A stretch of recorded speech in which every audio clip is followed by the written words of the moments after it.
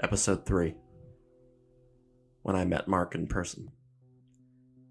I was hesitant at first, but I don't know, part of me thought that maybe if I met him and talked to him face to face, he could see it was all a bit.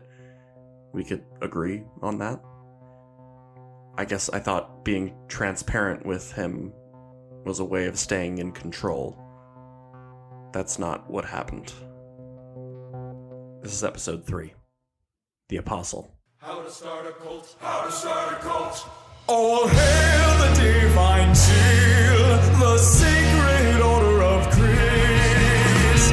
How to start a cult, how to start a cult.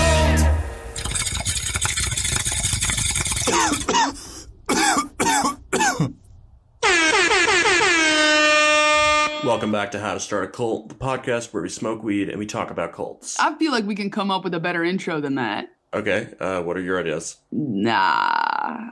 Right on. All right, episode 3, you guys. So we're trying to go bigger and better each episode. So this time, Dougie and I fired up Obanga and we each smoked 2 bowls. 2 bowls Harambe Nutsack. What? That's the name of the strain we're smoking. It's Harambe's Nutsack. Right, fire strain. So, like, a lot of stuff has actually happened since we recorded episode 2. Dougie, do you want to give them, like, the quick rundown? Yeah, okay. Update numero uno. The Discord now has over 6,000 members. 6,000. That's, like, pretty much our campus, right? Like, we're, like, 8,000? It's, like, 3/4 Yeah. even. Like, every third or fourth person. Yeah.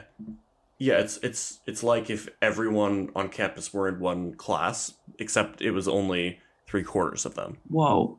If you guys told me that we had, I don't know, 50 listeners after 2 episodes, I would have freaked out. But guys, we have 80,000 streams for this bullshit. Like, shit, like we need to get better microphones. There's all sorts of new Discord channels too, you guys. Like, let me see.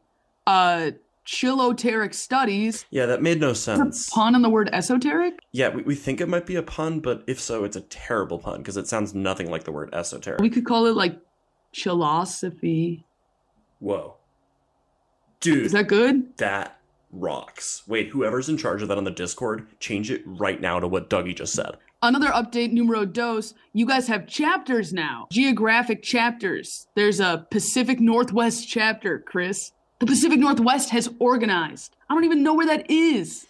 Yeah, honestly, I don't know where that is either. There's really no way to know for sure. I think it's in Africa. Oh, there are pins. Chris, there are pins with your face. What? The little sun logo face thing. That Mark did, right. Yeah, they're selling them on like Etsy, and people are wearing them to school and posting pictures and stuff. They're actually really nice. I ordered us like 3 of them. Oh, thanks, man. But wait, actually, I don't know how I feel about that because, I mean, it's our show. Shouldn't we be the ones selling merch? And if it's my face, like, shouldn't I copyright that? Can you copyright a face? Nuh-uh, because faces come from God.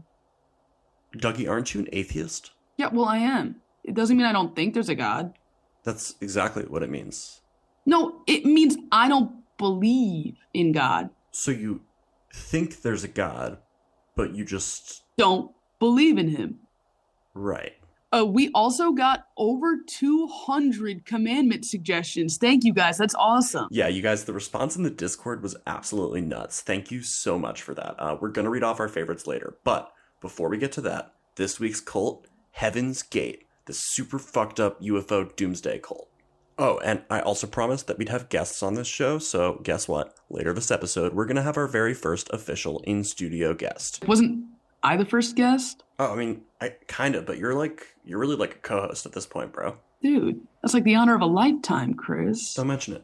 Yeah, so we're gonna have a guest, and it's Mark from last episode. Well, wasn't gonna reveal that, but yeah, okay. So it's gonna be Mark, the guy who left the voicemail last episode. Turns out he's pretty local. Dude, it wasn't a surprise. Everyone knows already. He's like live updating the Discord on his commute as we speak. But how do you know that? Have you been checking the Discord while we've been talking? Chris, I'm a mod. I can't ignore my community. Okay, so anyway, we're gonna get to all that later, but first, buckle up. Heaven's Gate is a wild one. All right, let me get my music here. Okay, close your eyes. Unless you're driving, then don't close your eyes, because that would be super unsafe.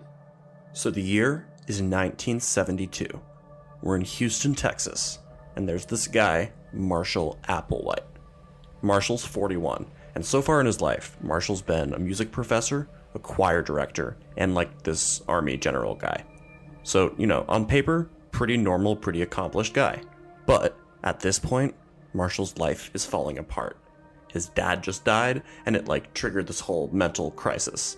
So at this point, Marshall's hearing voices and having apocalyptic visions. He loses his job, working at the University of St. Thomas, and at this point, Marshall's hit total rock bottom. And then he meets this nurse, Bonnie Nettles. She's 44, married, has 4 kids, and she's into some pretty out there stuff, like UFOs and even worse, astrology. They get to talking. Marshall tells her about these voices he's hearing. Bonnie doesn't think he's crazy. In fact, she thinks these voices might actually be spirits, like spirits from beyond, telling Marshall he's destined to be a divine teacher cult member guy. And that is not what a registered medical professional should be telling people. No, you're absolutely right, Dougie. It's not. But she was saying it, and Marshall believed her. When you're at the lowest point in your life, if someone tells you you're special, I feel like most people would probably try to believe them.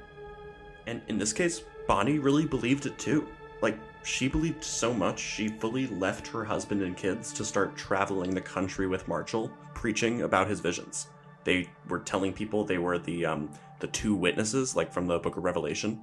Dude, people aren't going to know what that is. It's literally the Bible. I think people know what Not all of us are majors in religious studies. You're a history major. Surely the Bible comes up in history class. I don't go to class. Fine. For non-Bible readers, the 2 witnesses are basically just these 2 prophets who show up before the end of the world. So yeah, Bonnie and Marshall tell people that's who they are. And as they're traveling, they workshop a bunch of different names for themselves as cult leaders. They start with just the 2, pretty generic. Then the UFO 2, a little more cutesy. Then Bo and Peep, which I guess makes the followers sheep. And then Guinea and Pig, not sure what the thinking was there. Anyway, they settle on T and Doe, like in the Sound of Music song. T is Bonnie, Doe is Marshall. Bo and Peep was kind of peak. That feels like a missed opportunity. I agree. So T and Doe start recruiting hard. They hold regular meetings in California and Oregon. And at this point, after all that time on the road together, they've really honed their pitch. The basic message at this point is this: your body is merely a vehicle. Your soul is a driver. This planet that we're on is a dead end, but there's a next level, this higher plane of existence. And if you shed everything human, you can evolve beyond this world. So they tell people that a spacecraft, a literal spaceship, will arrive and take the worthy humans to the next level. They just have to be ready for it. And the people signing up for this, they're not idiots. We're talking college-educated adults, professionals, people who'd been bouncing around between different religions and spiritual movements looking for something that clicked with them. This is the mid-70s. The countercultural wave is still going strong. So when T and Doe say your body's just a container, there's something better out there, a lot of people think finally someone gets it. So this cult was just full of hippies? Well, basically, but that's not that uncommon. So by 1975, they've got a couple hundred followers. And then the day comes that they said the spaceship would arrive. So they hold this big meeting at a campground in Oregon. The press show up. It's a whole thing. But then, no spaceship. What a bummer, dude. Wouldn't it be crazy if there actually was a spaceship that showed up? Yeah, man, that'd be crazy. It would kind of change this whole show. It would be like an alien show. Anyway, at this point, you'd think everyone would just leave. And, a lot of people do. Numbers drop from around 200 to maybe 70. But 70 people still stay. And the ones who stay, they're staying hard. I keep thinking about that. The spaceship didn't come and they still stayed in the cult. By then, it wasn't even about the spaceship. It was just I don't know, these people needed somewhere to be. They had people who knew their name, who cared about them. I think they just didn't have that before the cult. That's sad, dude. Extremely. And it gets sadder. In 1985, Bonnie Nettles dies from cancer, like a regular person would. Hold on, this music doesn't feel that appropriate anymore. One sec. So this is a crisis for the group, because a big part of the whole theology was built on the idea that their bodies would physically transform when their souls ascended. And Bonnie's very boring cancer death contradicts this. So Marshall has to adapt. He rewrites the theology, saying, okay, Bonnie's soul left her vehicle and traveled to the ship, and she got her new body up there. So the physical transformation happens after death, not before. And it works, at least well enough. The remaining followers accept it because that's what belief does. It bends around contradictions. So Marshall leans even harder into giving his followers rules so he can better control them. No personal possessions, no individual identity. Everyone gets a new name ending in the letters ODY.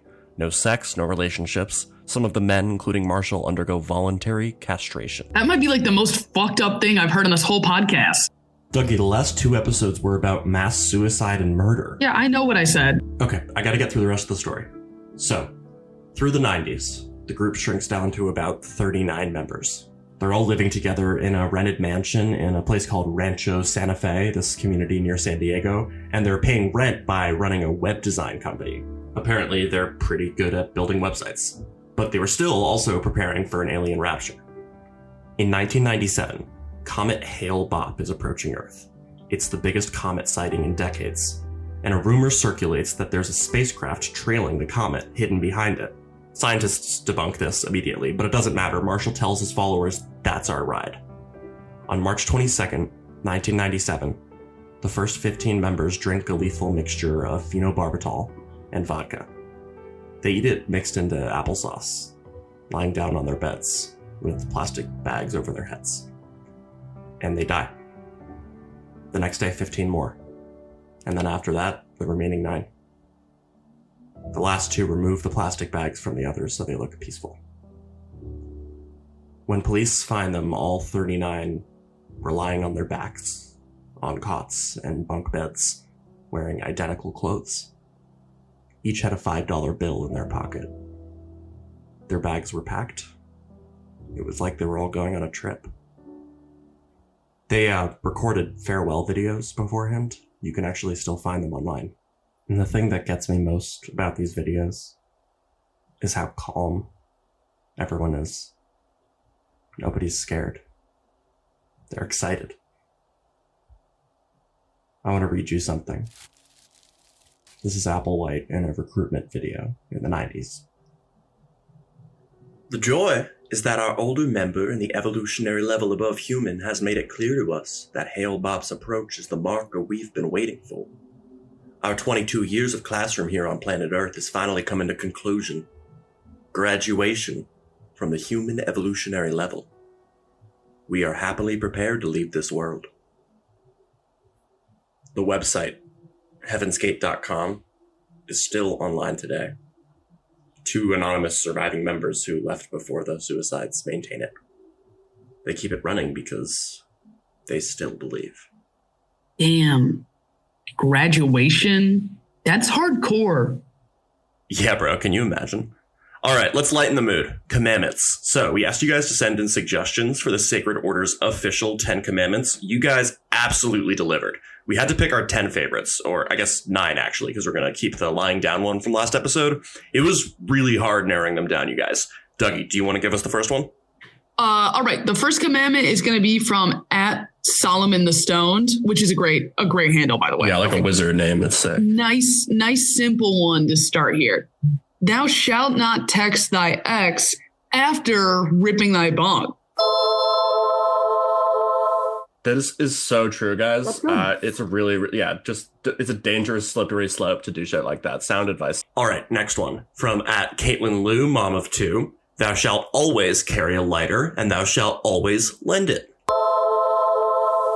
Caitlin, that's beautiful. Thank you. Okay, next one. @Morristown YMCA said, thou shalt finish what is in the bowl before packing another.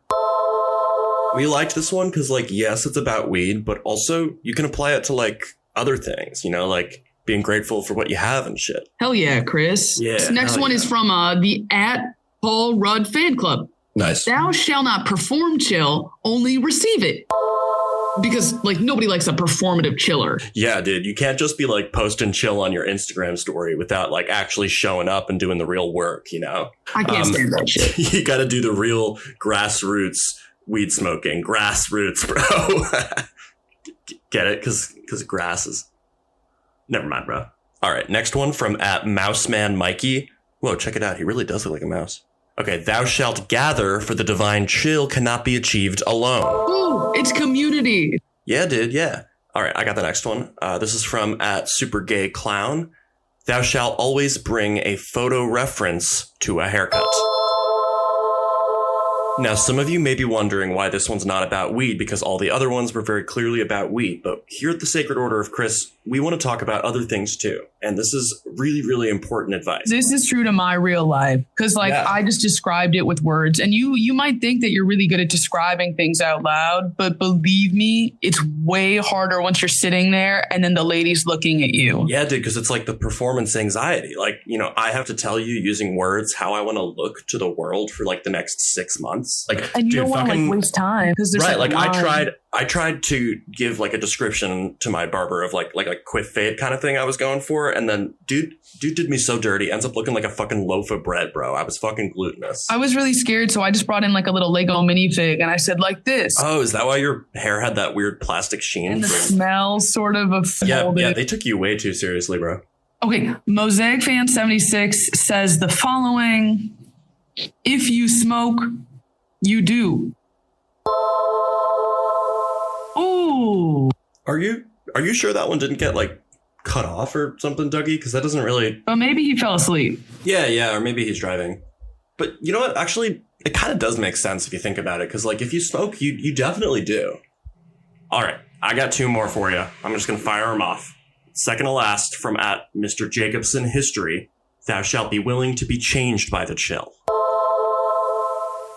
Like self-improvement. All right. The last one is from Mark. So, it's a good one. Here goes. Thou shalt give thy life to the Sacred Order. Thou shalt give thy soul to the Sacred Order.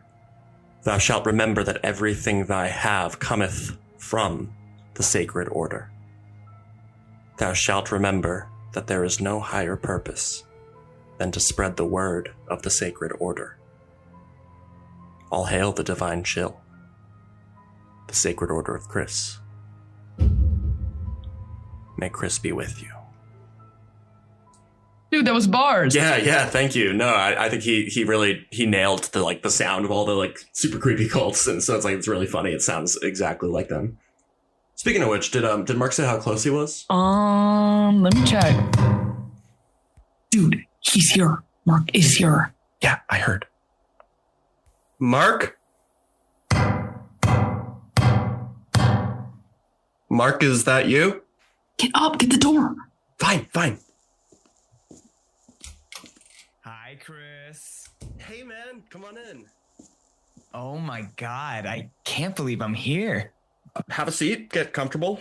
Mark, bro, it's a pleasure. Dougie, the pleasure is all mine. Mark, I'm going to keep it 100 with you. I'm a little thrown by the fact that you're bald. He said he shaved his head, remember? I did indeed. Wow, bro, it looks fire. Thanks. I've been meaning to do it for years. This just gave me the right time. So is this where you record? Yeah, we're actually recording right now, if you want to get right into it. Wait, first, Mark, my man, dude, have you tried Harambe's Nutsack? I have not tried Harambe's Nutsack. I did have their parent strain, Here Comes Dat Boy. Bro, I knew I liked you. We'll be right back.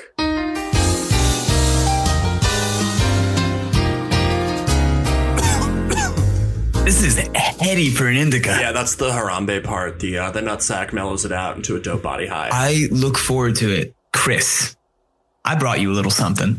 Oh, you didn't have to do that, man. Holy shit. Oh my God. If you don't like it, I can take it. No, dude, this is amazing. Where did you find this? A magician never reveals his secrets. Did bro just fucking tee? I can't get over how much it actually looks like him. Dude, I know. I mean, the fucking aviators. I hope you guys don't mind. I smoked out of him already a little bit on the way here. Oh, dude, totally fine. You got to break it in. But wait, what do you call him? Because, we got to bong us. Joe Bongden. Naturally. Feels like an obvious choice. Mark, this is an incredible gift. I'm actually so touched. I think about all the gifts that aren't physical, that exist in the soul, that exist with each other. And oh, are you okay, man? I'm sorry. No, it's okay. It's okay. Yeah, let it out, bro. Do you think we could take a moment and just meditate in this divine chill that we have here? Yeah, that's a good idea. Yeah, I'll dim the lights. Yeah. Okay. Is incense okay? I mean, we're not really supposed to have open flames in here. Weren't we just smoking a bong? Yeah, that's a good point. That's true. Yeah, true. Yeah. We do smoke in here all the time.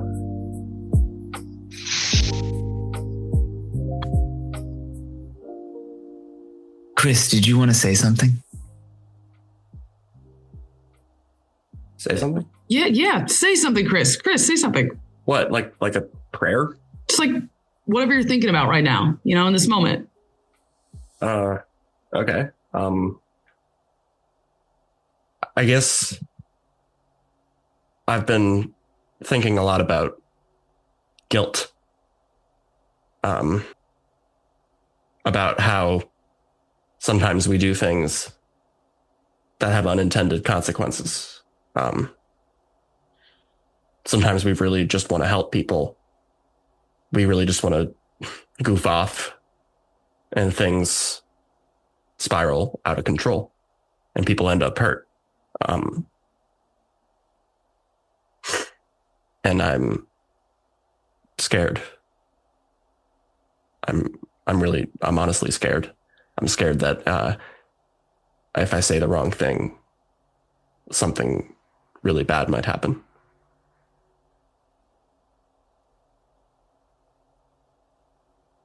Wow. That was kind of deep, Chris.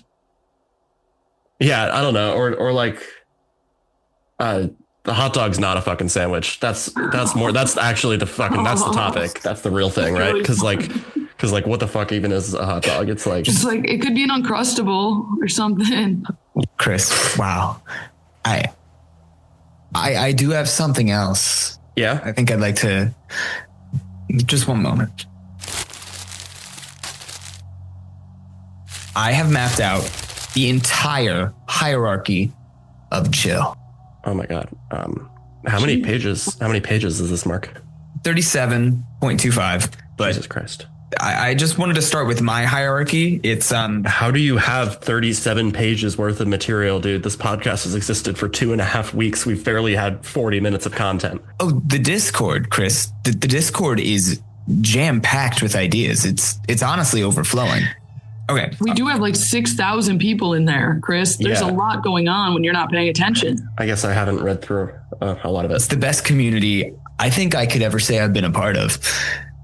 So it's just a framework here. Chris, of course, you are the lone soul at the top.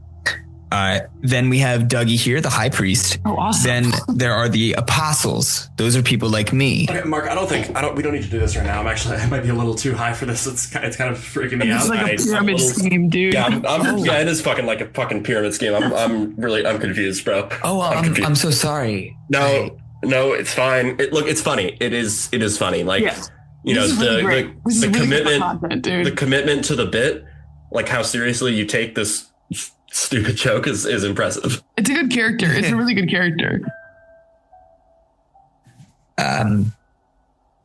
Chris, can I tell you something? Sure.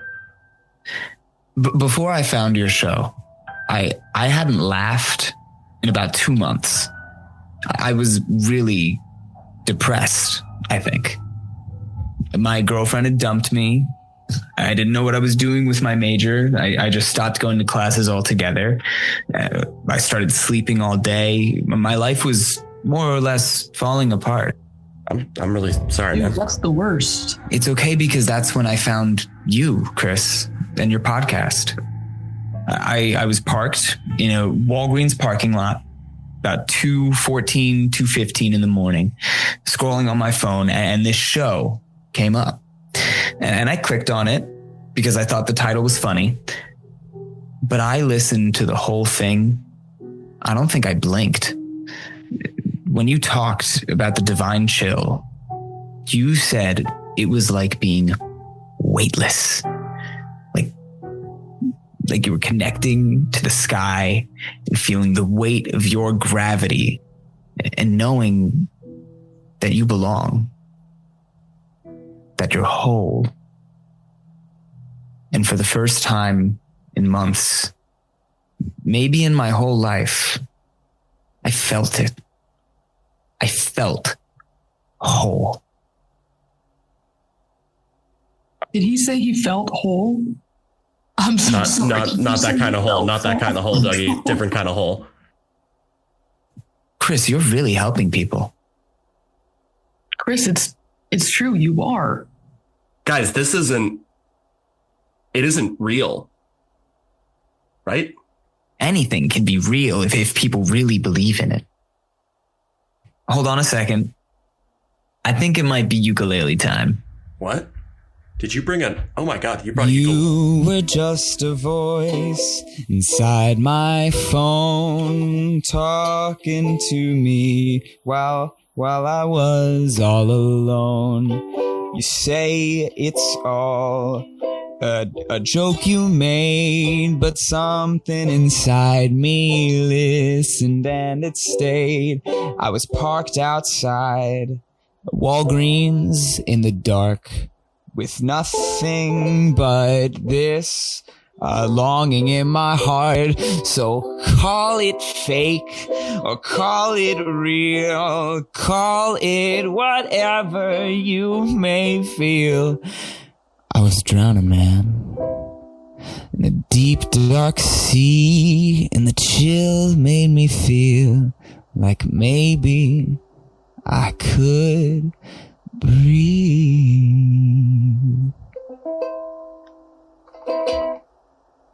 Did you just make that up on the spot? I did. Holy shit. Bro, golden buzzer for this fucking guy right here. Oh my God. Dougie's been getting a lot of America's Got Talent highlights in his algorithm lately, so that's what that is. Oh, okay. Mark, that was really impressive. Thank you for sharing your talents. Of course, don't mention it. Hey, Mark, when you called last week, you were talking about some kind of event you were planning? The Christmas Symposium, yes. My study group is planning it, but we've actually decided we should just have it be a general sacred order thing. Also, we thought symposium sounded a little too boring, so we're calling it a retreat. Unless you have a different idea. No, retreat. That's an awesome title, dude. Thank you. We're already getting a lot of excitement for it on Discord. So people from the Discord are coming to this? Like, not just your study group, people you don't even know? Oh, no, I know them. I just haven't met them all in person. Right.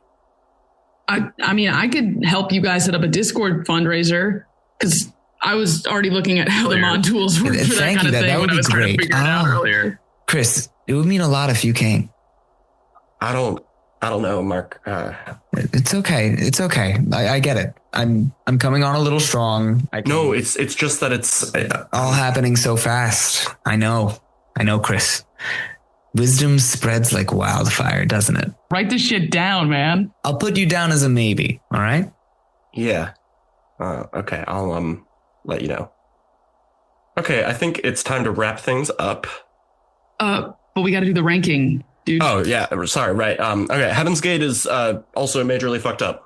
I listened back and I got to amend my rankings now that I have some more perspective. So Jonestown, looking back, just talking pure numbers, got to be the most fucked up. So I'm giving that one majorly fucked up, which makes Heaven's Gate pretty fucked up in comparison. And then in comparison to that, Manson is a little fucked up. I think I'd have to agree with Dougie's amended rankings here. All right, guys. Thanks. Mark, thank you for coming out. This has been a great time. Thank you. Really. May Chris be with you. Okay, next episode, we're going to talk about multi-level marketing, pyramid schemes, and how cults make money in general. I'm going to have a bunch of different examples, so it'll be a little bit of a different format than the deep dives we've been doing, but you'll just have to let me know what you think. Till next time, I'm Chris. This is How to Start a Cult.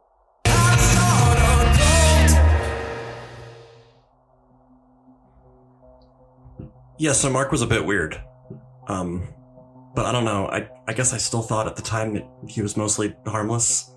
We were all super high. I was telling myself I was just gonna set some boundaries. Dougie and I would keep track of everything on the Discord. Maybe we'd set some rules, no more weird shit, but there was no stopping it at that point. The retreat was happening, with or without me.